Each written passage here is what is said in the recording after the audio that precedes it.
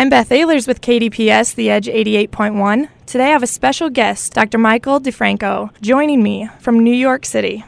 How are you doing this morning? Good. Thanks for having me on the show. Excited to talk to you because I have a lot of personal concerns with a lot of the things that you talk about as well. But first, can you tell me a little bit what your day-to-day routine is like? Typically, I'm either seeing patients in the office, mostly young athletes, or taking care of their sports injuries. Let's just jump right into it. What are some of the most common injuries that you see? Actually, most of the injuries that we see are non-operative injuries. One would be a contusion, which is kind of a bruise. So if you think about a football player gets a hard hit to the thigh, it might get bruised and just needs some rest and physical therapy. Another one that's not too common but is probably very significant in terms of the overall health of the athlete is concussion. And there's been a lot of talk in the media lately about concussion, specifically among professional football players, and that's really a significant issue because in the young athletes, if coaches and parents aren't aware of what a concussion is or how to look out for one, and a kid has it in any sport that they're playing, that can potentially have long-term effects. What are some of those long-term effects when a child does get a concussion? What are some of the rules on how long they need to wait and what else they need to do for it? Typically, if you think a player has a concussion, they should basically be taken out of the game until they're examined by a medical doctor and should not go back to play until they're cleared by a doctor. That's really the golden rule. The long-term effects, if people have one concussion, severe or several concussions over time, can really cause some problems with your brain function in terms of memory and ability to concentrate. And, we've seen this even if you talk to students who have had several concussions, they have a hard time concentrating in school, and that can really have an effect on their academic performance and their ability to move forward in life. So do you see a lot of these first injuries you were talking about and the concussion as well? Do you see a lot of these being preventable?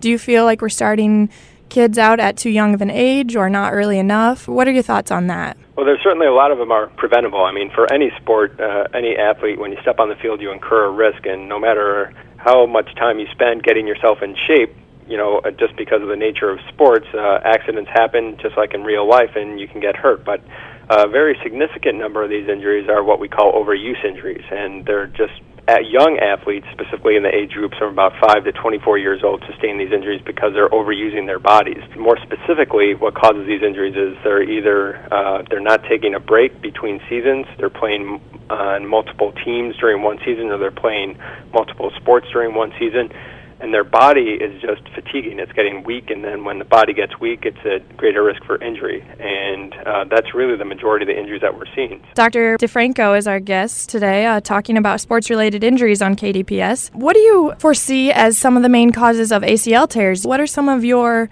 theories on reasons why that is becoming such a high injury in a lot of college sports and high school athletics as well? There are a lot of reasons. The reasons for ACL tears are multifactorial, meaning that as orthopedic surgeons, we kind of break those down into anatomic reasons. The way the lower extremity is aligned in females. Another one is just the biomechanics of how their knee and joints move. Another one is really relative to the sports that they play and the stresses that they see across their knee. So, for instance, in basketball players, we know that a lot of women jump, and when they come down and the way they land, the force that they put across their knee puts a lot of stress across the ACL, and that's why we see a high number of ACL tears in the female athletes, high school and collegiate level. And there are specific programs that you can learn to help strengthen your muscles, to help you learn correctly how to jump. That's one of the things I referred to before about learning proper techniques. So you see a difference between men and women, as you said. Do you see a big difference between children and adults, their training differences and things like that? I think the important thing about the differences between children and adults is that their bodies are different, and that's something that unfortunately a lot of coaches don't appreciate. So, when you're a coach, sometimes you like to just push kids. You take their health for granted. You say, oh, you can run this much, just keep running. You're young, you can take it.